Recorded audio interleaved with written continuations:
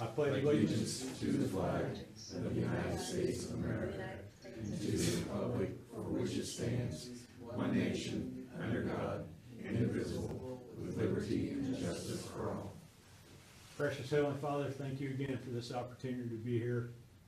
We just ask you to give us the wisdom and skill to make the decisions that best serve our community, our school, and most importantly, our students. I ask you at this harsh time to be with all our military out there, Lord. Watch over them all, keep them safe, and bring them home. In your precious name we pray. Amen. Okay, first thing is approval of the agenda. Yep, there's no amendments, so just ask that you approve the agenda as presented. I move approve the agenda. Second? Moved and second. Roll call, Kelsey, please. Jerry? Yes. Linda? Yes. Tim? Yes. Isaac? Yes. Bev? Yes. Patron comments. Public's always invited to speak before the board. Would anybody like to talk to the board at this time? Okay, moving on. Board minutes. Yes, there's the board minutes for the regular meeting and our executive session last month, so you can approve those two together if you would like. I move to approve both the regular board and the executive session minutes. Second. Moved and second. Kelsey, please. Jerry? Yes. Linda? Yes. Tim? Yes. Isaac? Yes. Bev? Yes. 5-1, special presentation. Our farm to table group's got a presentation on the greenhouse tonight, so once they get connected there, if not, I might be able to get it connected for Okay, you. it says it's connected, but Okay, it's also just kind of strong. well, maybe I'll need to pull that up here, see if we can't. I've got your presentation, so maybe I can do that.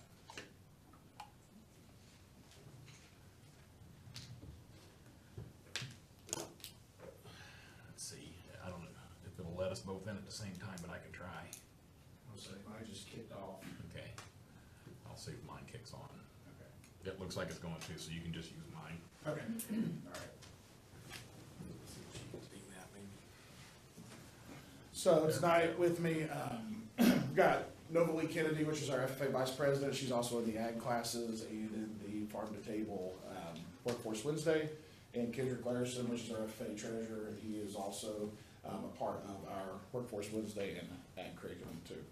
So today we're going to talk to you a little bit about the Randolph Eastern School Corporation greenhouse plans that we have for this opportunity.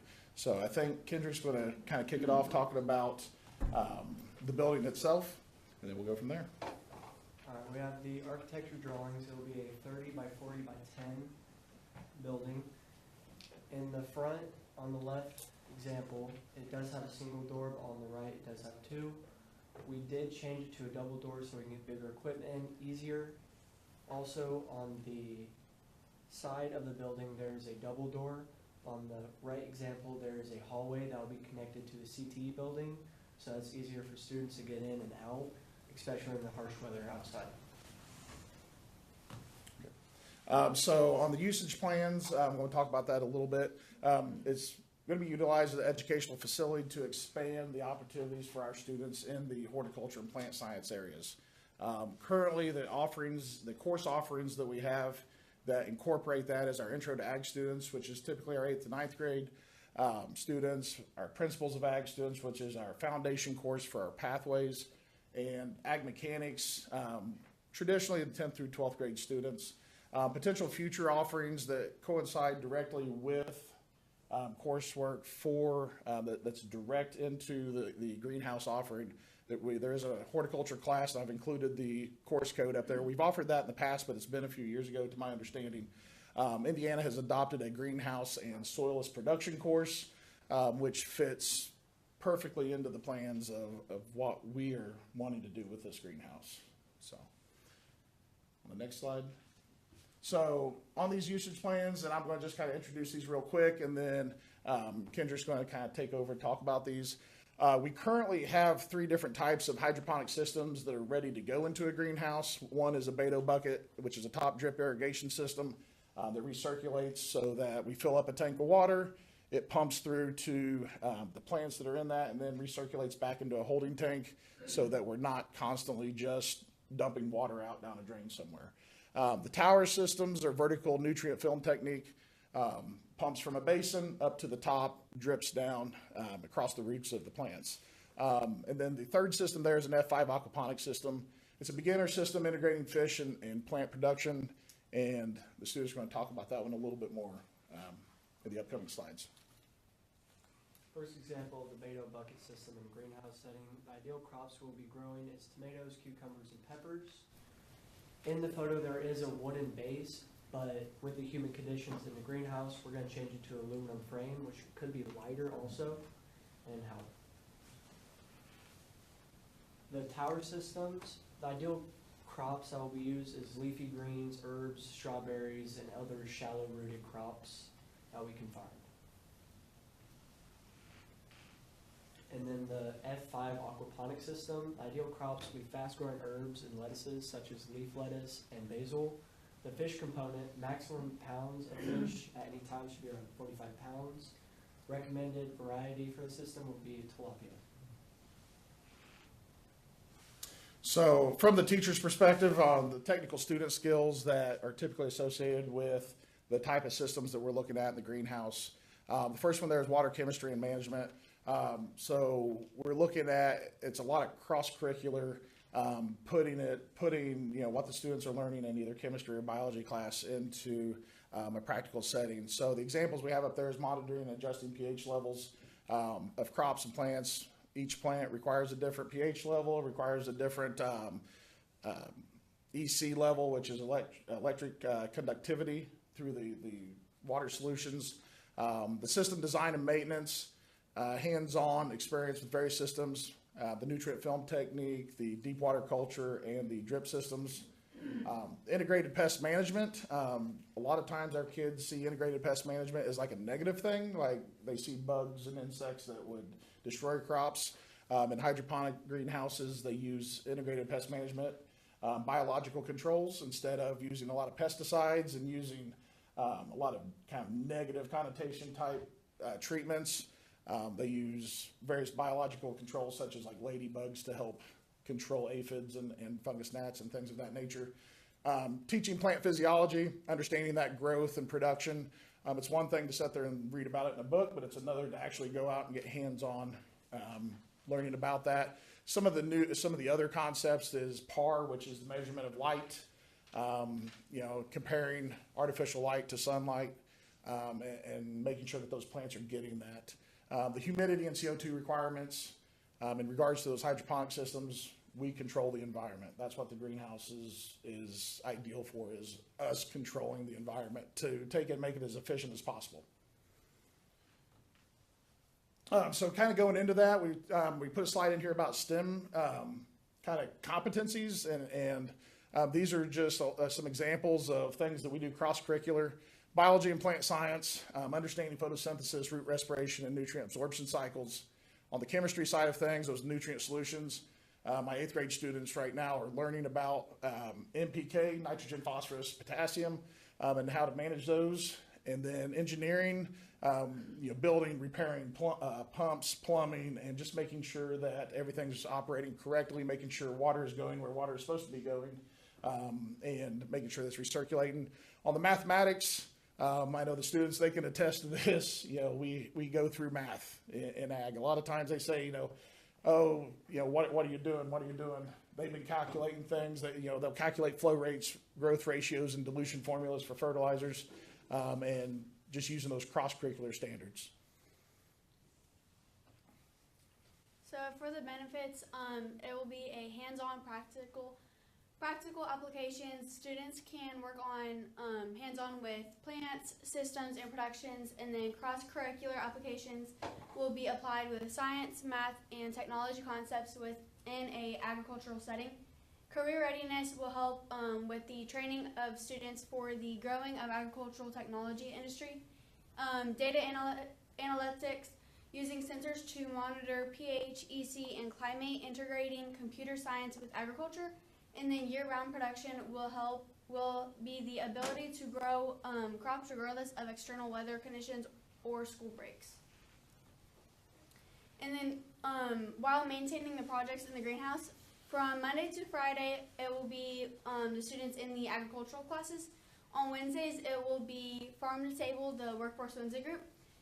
On weekends, we are going to create a greenhouse committee just like we currently have for the animal care. And we'll use an app for that, just like we are starting to use the app called Band. So students can sign up to help for like weekends and such. Students will have access to the greenhouse through the CTE building, and then they will be required to do a visual check to make sure the systems are operating properly. And it can be the same person taking care of animals, so there's not like two different people in there. During school breaks, it'll be similar to the weekends, but then for longer breaks, such as summer, students can receive summer SAE hours, and the tasks may involve scheduled nutrient checks, intervals, and harvesting. Is there any questions? So are you thinking of using all three watering systems, or are you gonna settle on one, or? We already have all three systems. Okay. They're just sitting in storage right now. We're just waiting. They're waiting. We have all three systems.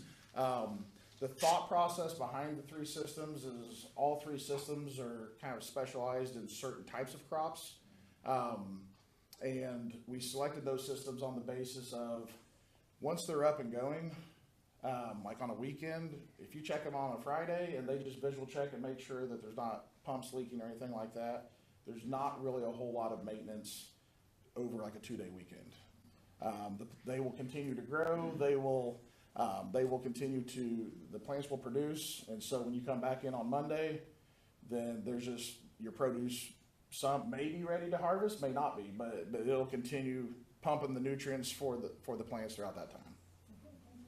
Would there be any way of having a camera in there where somebody could get on their phone and video? So I know the plans that we had talked about with the architect in the past was there would be security cameras in there, so we would have an eye on it at all times, just to make sure Yeah, that, the phone go yeah, anywhere on you. exactly, yep. Yep, and there's also some sensors out there for some of these systems that if you see water pressure drop or anything like that, it can send an alarm to make sure that you can go in and check on it, so. Sounds well thought out. What's our number of students we have in ag program, and do you think adding this will maybe increase it? So currently, our biggest numbers right now are our younger kids. So between like our 8th and 9th grade levels, we are right at probably 48 to 50. In our upper courses, we're looking at, let's see here, there's like 15 or so. But what I also notice is the 10th grade students are the first group of kids that I had since I've been here. And we have a bigger number from 10th, 9th, and 8th graders that are coming through. Just as any turnover you'll have. I have had students talk to me in the past, they're like, when are we going to take and grow plants? And I tell them, I was like, we can do only so much, especially with our garden beds, teaching that traditional, we're limited from, we can plant them in the spring, but the harvesting is more of that summer SAE and into the fall. So if we have that greenhouse, it's year round. It can, I went through a crop king training out of Lodi, Ohio, that when they start producing, it's in January, and the only reason they shut down in December is because they want to put new plants in. Trying to teach kids that a tomato plant is not an annual plant if it has the conditions to grow. I've seen tomato plants that were 5 years old. They just continue to grow and continue to produce, and so I think that continuous, being able to just continue on and not just shut down plant science for a couple of months, I think that will help. So, Thank you. Good job. thank you.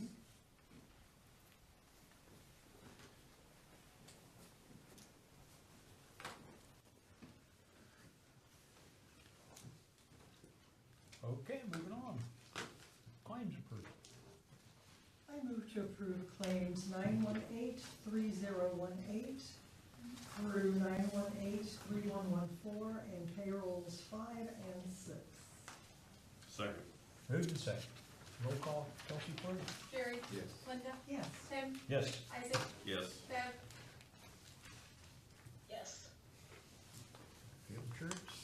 no field trips to approve out of state or overnight this time. Okay. 6.3. 6.3, we can approve all those personnel agenda items as personnel consent if you would like. I know one of the candidates is here tonight, so welcome him and we'll go from there. So if you want to approve all those at once, we can just make one motion and do that. Okay. I move to approve the personal consent agenda. Second. Moved and second. Any discussion? Roll call, Kelsey, please. Jerry? Yes. Linda? Yes. Tim? Yes. Isaac? Yes. Bev? Yes. Okay, Joe, do you want to introduce him while you got a chance here, Mr. Jones? Yeah, absolutely. It's Coach Trowbridge, welcome aboard. Great to have you here. Thank you. I'm really excited. Yes, welcome. Thank you. Yep. Congratulations.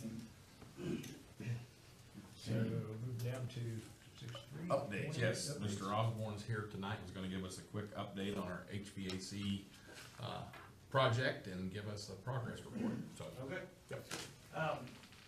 I've been dealing with, working with Bible since I got here. And I met with Brad Courtney, which is the lead salesman on this project, 3 weeks ago. And wanted an update on where they think they're at. You know, I pointed out to him that it's right at a year anniversary that we started this project. It was supposed to be completed in August, September, and we're having a discussion in mid-February, so.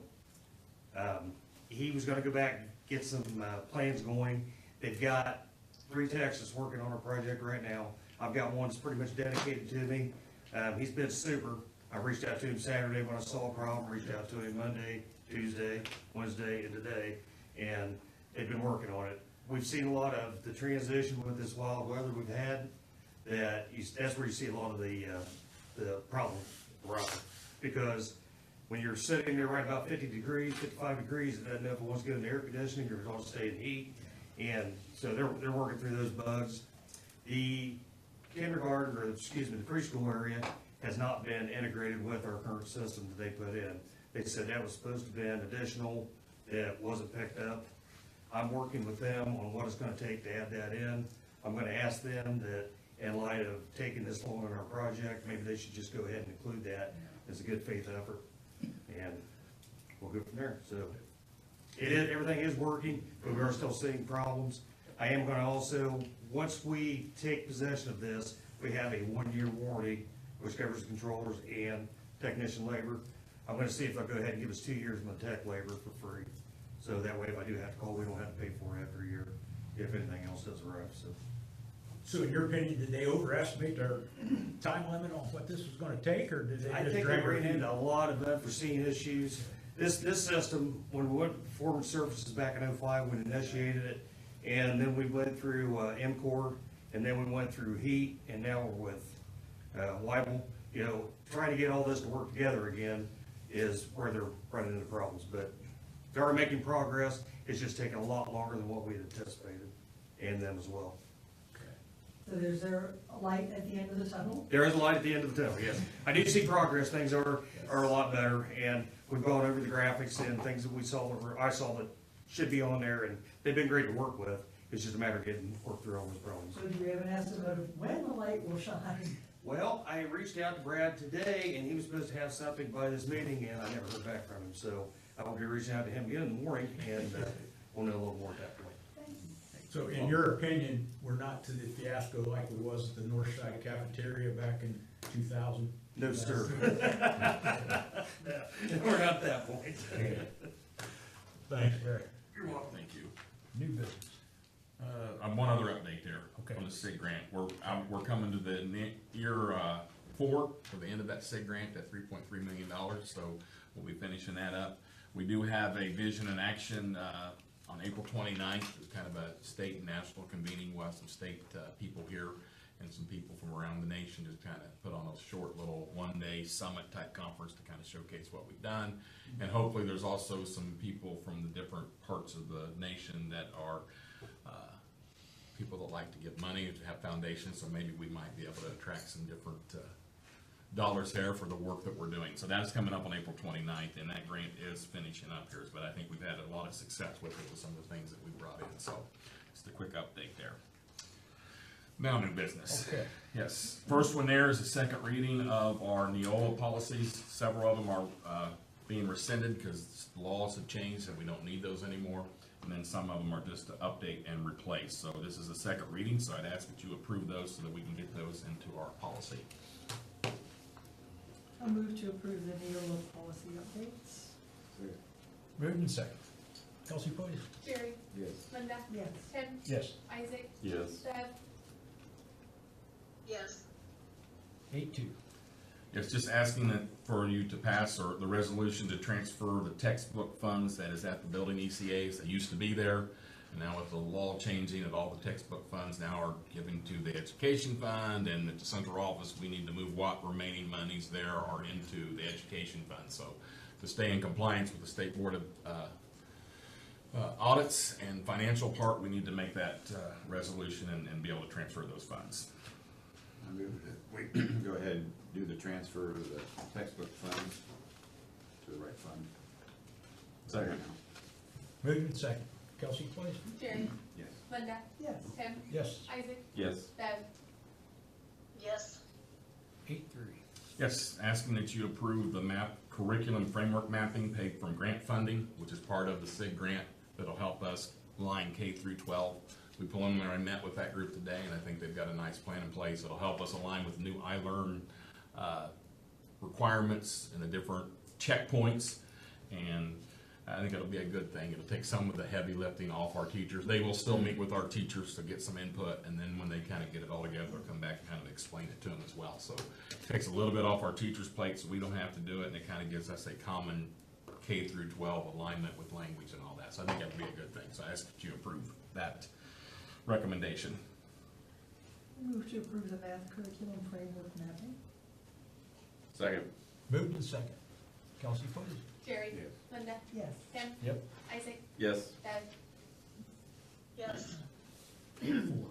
Yes, asking you approve the offering for the summer STEM camp for grades 4 through 6 from May 26th through the 29th. This is from the high ability grant funds, and I think they're doing something around drones or something this year. So we will come back later with some other summer school things that we have to offer for remediation and all that, but we wanted to get that approved so we could start kind of recruiting some kids for Does that. that have a certain number of kids? I think there's a limit of 20 or 25, Okay. so, yes.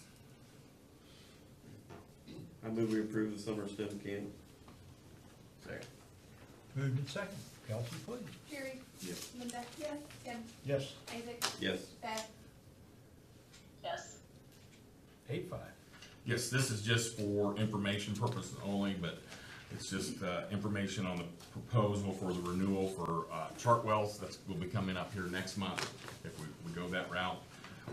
Like everything else, prices are going up, so they're recommending a basically increase of about 4%, which will still keep us in compliance and still keep us in the black, which is good. So that's for information purposes only. We'll bring more next month, but I wanted to get that in front of you.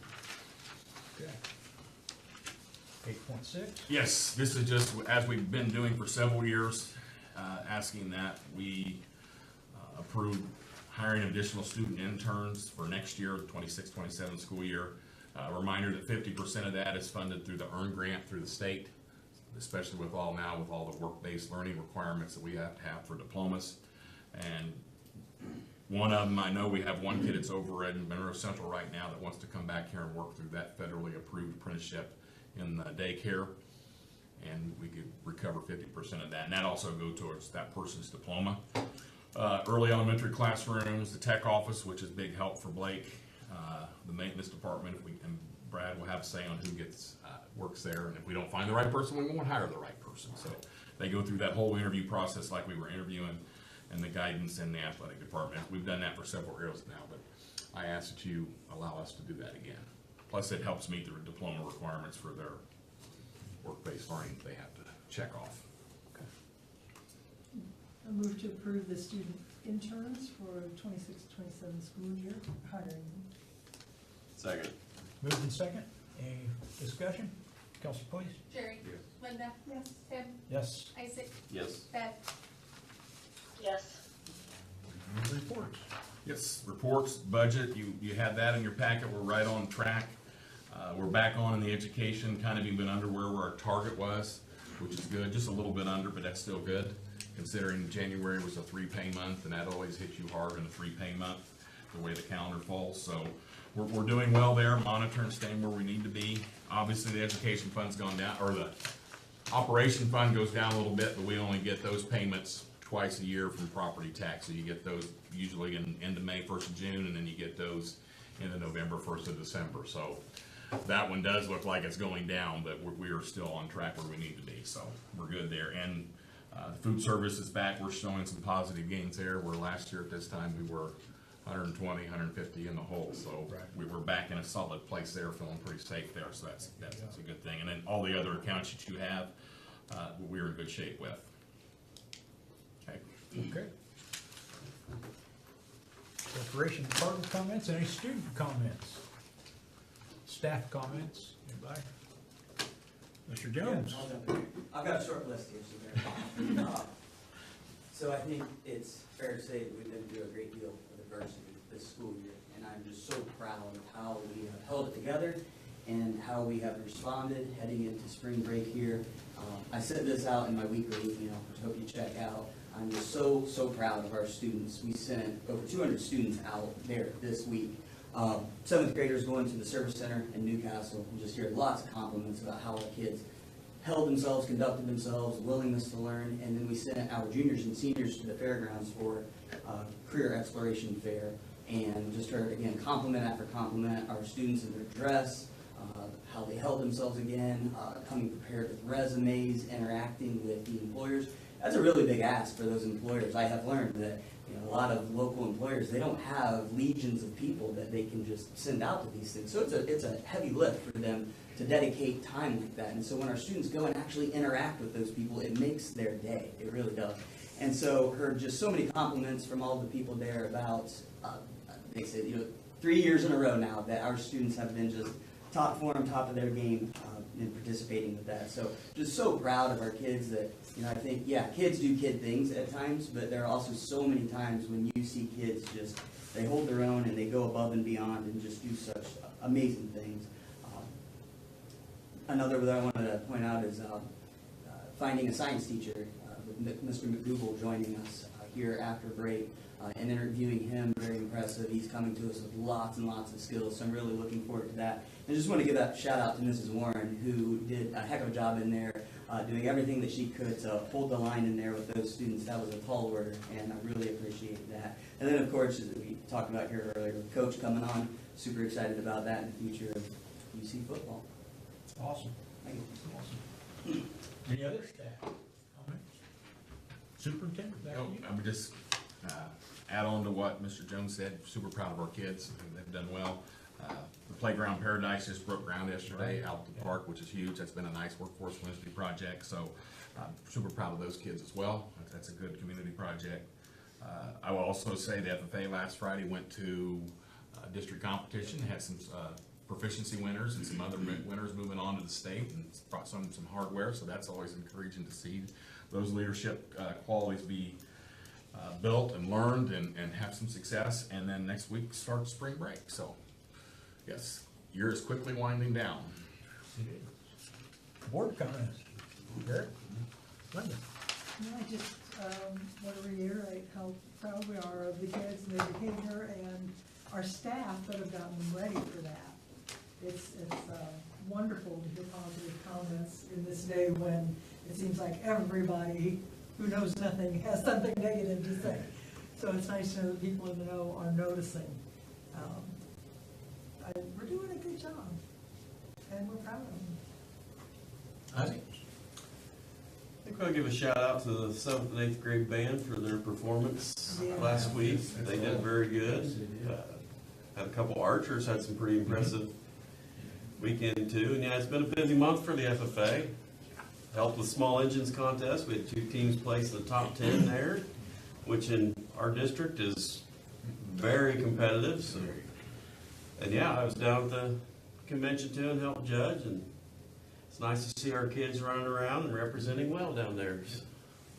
Yeah, I agree. All right, I got just a couple things. Brad, I appreciate you staying on top of that HVAC. That thing's been a pain in our side for many years. FFA, great presentation. That farm to table was awesome. You guys did an awesome job. Tomorrow, the CPR training is going to continue for Randolph Eastern staff. We're doing teaching secretaries, maintenance people, bus drivers will be all done. And the big announcement, after Neil approved it, April 4th, we're doing a community CPR first aid class. And how this works, we'll take the first 20 people that sign up at the high school. And I can guarantee you, if we have more people sign up, we'll put on another community. This is our second community round CPR first aid. And the first one was awesome. We had people come as far as farmland. So our goal is Randolph Eastern is just to train as many people and hope you never need it. So nothing else, I deem this meeting adjourned.